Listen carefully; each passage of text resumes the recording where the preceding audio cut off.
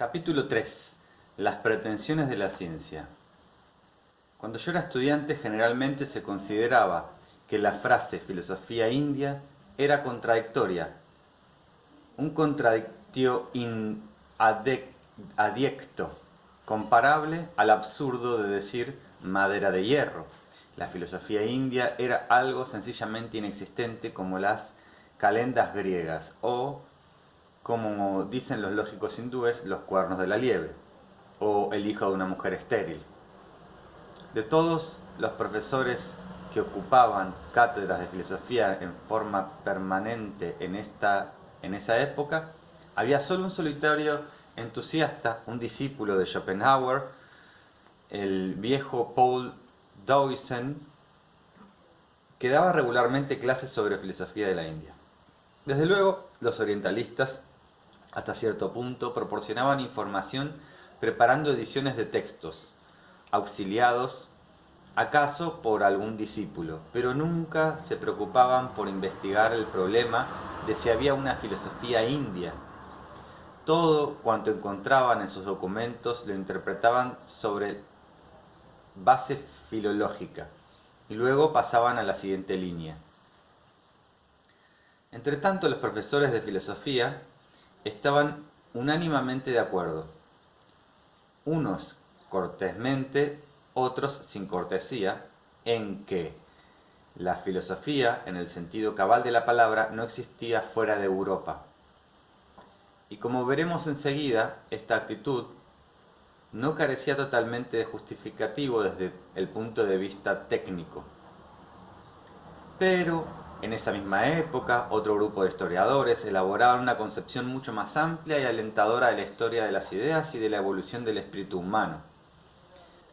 Su representante más destacado fue Wilhelm Dilthey. Estos hombres sintieron la necesidad de incorporar las filosofías de la India y la de China a las obras que pretendían ser la historia universal del pensamiento humano, aunque ellos mismos fueron incapaces de realizar esta tarea. Sostenían desde entonces, se lo ha admitido en general, que si hemos de aceptar a un pensador como Hobbes en la lista de autores importantes, no podemos desatender a lo que dijo Confucio sobre la educación, política, gobierno y ética, o si Maquiavelo ha de ser tratado como el primer pensador político moderno, algo habrá que decir acerca del sistema hindú, que pertenece al Arthasastra, que aparece en el Arthasastra. Igualmente, si San Agustín, Santo Tomás de Aquino y Pascal pueden llamarse filósofos religiosos, entonces no es posible hacer a un lado a los grandes teólogos hindúes como Shankara o Ramanuja, que con gran despliegue de técnica escolástica expusieron los fundamentos filosóficos de la teología vedantina ortodoxa. Y tan pronto como se reconoce que Plotino o Meister Eckhart son filósofos, no es posible ignorar a Lao Tse, ni a los maestros del yoga hindú o budista. Y así fueron añadiendo referencias a China y a la India en nuestras historias del pensamiento como notas a pie de página, ojeadas marginales o capítulos preliminares que adornaban la historia de la verdadera filosofía, que comenzó con los griegos jónicos Tales, Anaximandro, Heráclito, en los siglos 6 y 5 a.C. A pesar de la influencia de este punto de vista, aún los primeros años de este siglo muchos no quisieron conferir al pensamiento hindú el significado del título filosofía. No le querían poner ese título al pensamiento hindú. Sostenían que filosofía es un término griego que significa algo único y particularmente noble, nacido entre los griegos y proseguido solo por la civilización occidental. En apoyo de este acerto,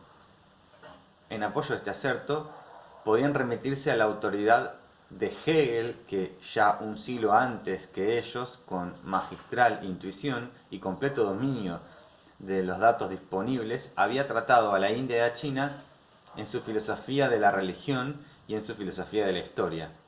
Hegel acuñó ciertas fórmulas aún insuperadas para el estudio de la historia, que han sido corroboradas por el conocimiento más reciente de los hechos y de las fuentes, hoy mucho mayor de lo que eran en su época. Aunque sin par en su capacidad intuitiva, desterró a la India y a China junto con sus filosofías de los principales capítulos de su obra, considerando que las hazañas de estas dos civilizaciones, casi desconocidas, eran una especie de preludio ejecutado antes de que se elevara el telón que ocultaba la verdadera historia, que comenzaba en el cercano Oriente, y la verdadera filosofía, que era un invento de los griegos. El argumento de Hegel, que sigue siendo el argumento de aquellos a quienes todavía repugna dar el título de filósofos a los inmortales pensadores de la India y de China, es que los sistemas orientales les falta algo. Comparado con la filosofía occidental, antigua y moderna, lo que evidentemente les falta es el conocimiento, es el contacto íntimo, renovado y fructífero con las progresistas ciencias naturales. Les faltan los métodos críticos cada vez más perfectos y la concepción cada vez más secular, ateológica, prácticamente antirreligiosa del hombre y del mundo. Y se pretende que esto basta para restringir la aprobación de la palabra filosofía en el sentido que se le da en Occidente. Hay que admitir que en este punto la Guardia Vieja tiene razón. La filosofía occidental se ha distinguido por su íntima y continua relación con la ciencia racional.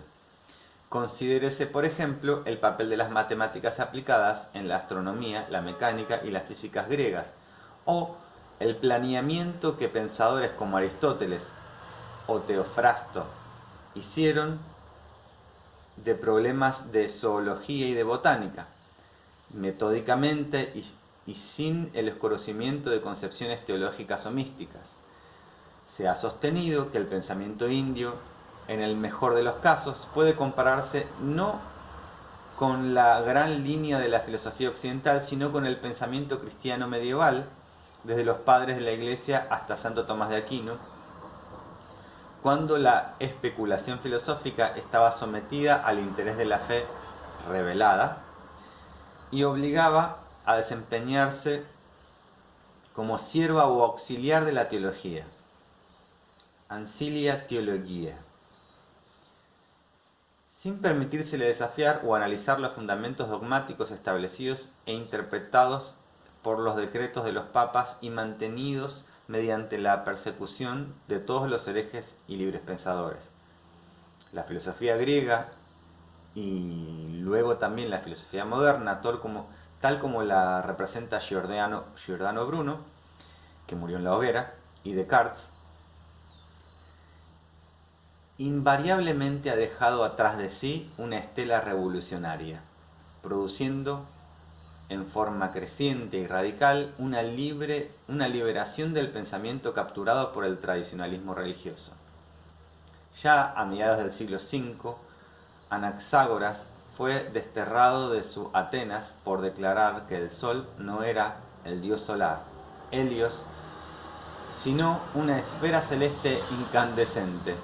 Entre los crímenes imputados a Sócrates, por los que tuvo que beber cicuta, figuraba el de la falta de fe en la religión establecida, es decir, en las divinidades tutelares de Atenas. Y desde los días de Bruno y de Galileo en adelante, la ciencia y la filosofía moderna han alcanzado su actual madurez solo batallando a cada paso contra las doctrinas del hombre y de la naturaleza tradicionalmente establecidas por la Iglesia. Nada comparable, o por lo menos nada de magnitud tan revolucionaria y explosiva, se ha manifestado jamás en Oriente. La filosofía occidental se ha convertido en el ángel custodio del pensamiento crítico y desprejuiciado. A esta posición ha llegado tras largos contactos con los progresistas métodos de la ciencia, a los cuales ha guardado constantemente fidelidad. Y está dispuesta a mantener esta actitud aun cuando ello resulte la destrucción de todos los valores tradicionales en la sociedad, la religión y la filosofía. Algunos pensadores del siglo XIX negaron a la filosofía india igualdad de derechos porque se sentían responsables ante la verdad de las ciencias modernas, establecida mediante el experimentos y críticas, y la filosofía, tal como ellos la concebían, debía exponer los métodos de este progreso racional, salvaguardándolo contra el diletantismo, la lógica efectiva y con los prejuicios arraigados de una especulación indisciplinada, muy propia del hombre arcaico. Por otra parte, existe una actitud muy de reverente tradicionalismo notable en la mayoría de los grandes documentos del pensamiento oriental, una disposición a someterse a las autoridades hacia las autorizadas declaraciones de los maestros inspirados que pretenden haber tenido contacto directo con la verdad trascendental.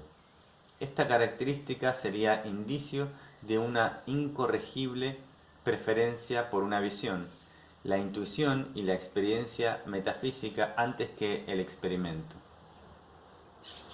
El trabajo de laboratorio y la reducción a los datos de los sentidos a fórmulas matemáticas exactas.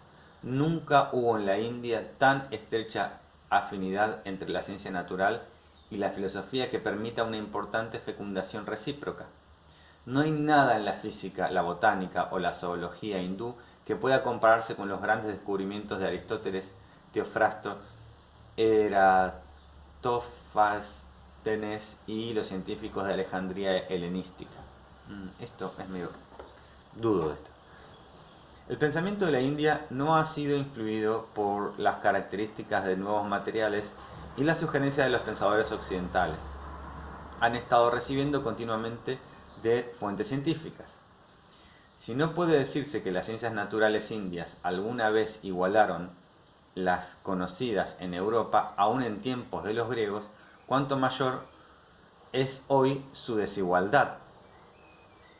Bajo el influjo de los grandes descubrimientos de nuestros laboratorios, la filosofía moderna ha reformado por completo su concepción de los problemas. Sin el desarrollo matemático, la física y la astronomía, sin la obra de Galileo, Torricelli y sus contemporáneos, nunca se hubiera descubierto la manera de pensar cuyos representantes son Descartes y Spinoza. Spinoza se ganaba la vida como óptico, fabricando lentes, modernos instrumentos de avanzada para las ciencias más recientes. La obra múltiple de Leibniz muestra con la mayor claridad la estrecha relación, o más bien, la fusión de la matemática y la física con la filosofía del siglo XVII. Y no es posible estudiar a Kant sin tomar en cuenta a Newton durante el siglo XIX. La contrapartida de la ciencia fueron las filosofías positivas y empiristas de Comte, Mill y Spencer. En realidad, todo el curso del pensamiento occidental en la Edad Moderna ha sido fijado por el progreso incesante y pacificador de las ciencias racionales, secularizadas, desde los días de Francis Bacon y el surgimiento de la nueva ciencia hasta el momento actual, en el que las vertiginosas teorías de Einstein, Heisenberg, Planck, Eddington y Dirac sobre la estructura del átomo y del universo han proyectado nuevas tareas no solo para los filósofos de hoy, sino para los de las generaciones futuras. Nada similar encontraremos en la historia de la India, aunque en la antigüedad clásica existe una situación análoga desde Tales a Demócrito y desde Platón a Aristóteles a Lucrecio. No pocos presocráticos se distinguieron en la matemática, física y astronomía, tanto como en la especulación filosófica. Tales se hizo famoso prediciendo matemáticamente un eclipse de sol que declaraba a sus contemporáneos que el agua es el elemento primario de todo el universo, idea que había sido común a varias mitologías anteriores. Del mismo modo, Pitágoras ganó celebridad como descubridor de ciertos principios básicos de la acústica. Aristóteles dice que los pitagóricos se aplican al estudio de la matemática y fueron los primeros en hacer prosperar la ciencia, conquistando los principios del número como los primeros principios de todas las cosas existentes. Pitágoras descubrió experimentalmente que los intervalos musicales dependen de ciertas proporciones aritméticas entre las longitudes de las cuerdas en la misma tensión. Y aplicó este descubrimiento a las leyes de la armonía, a la interpretación de toda su estructura del cosmos. Así en la antigua Grecia como en la Europa actual, la especulación filosófica acerca a la estructura y de las fuerzas del universo, la naturaleza de las cosas y el carácter esencial del hombre, en gran medida han sido influidas por el espíritu de la investigación científica, cuyo resultado es la disolución de las ideas arcaicas, tradicionalmente establecidas por la mitología y la teología, acerca del hombre y del mundo. El tradicionalismo basado en la revelación y en antiguas experiencias visionarias fue desacreditado. Siguió una serie de revoluciones intelectuales que en parte fueron causa y prototipo intelectual del derrumbe de nuestros sistemas sociales, producidos siglos más tarde desde la Revolución Francesa de 1789 hasta las revoluciones rusa y de Europa Central del siglo XX. Y por último, los más recientes levantamientos no menos importantes ocurridos en México y Sudamérica y China. Por el contrario, la filosofía india se ha mantenido tradicional, auxiliada y renovada no por el experimento externo, sino por las experiencias íntimas de la práctica del yoga. No ha destruido las ciencias heredadas, sino que las ha interpretado, y a su vez ha sido interpretada y corregida por las fuerzas de la religión. En la India, la filosofía y la religión difieren en ciertos puntos, pero no ha habido nunca un ataque total y disolvente por parte de los representantes de la pura crítica contra el baluarte inmemorial de las ciencias populares. Al final, ambas instituciones se han reforzado recíprocamente, de modo que en cada una de ellas puede encontrarse características que en Europa atribuiríamos solo a la opuesta. Claro, en Europa todo se fragmentó y se dividió en distintas ciencias separadas y atacándose unas a las otras, y en la India hay como una idea de unidad. De aquí que no carecieran de justificación los profesionales de nuestras universidades, que por tanto tiempo se negaron a dar título griego y occidental de filosofía al pensamiento indio en torno a los problemas humanos de siempre.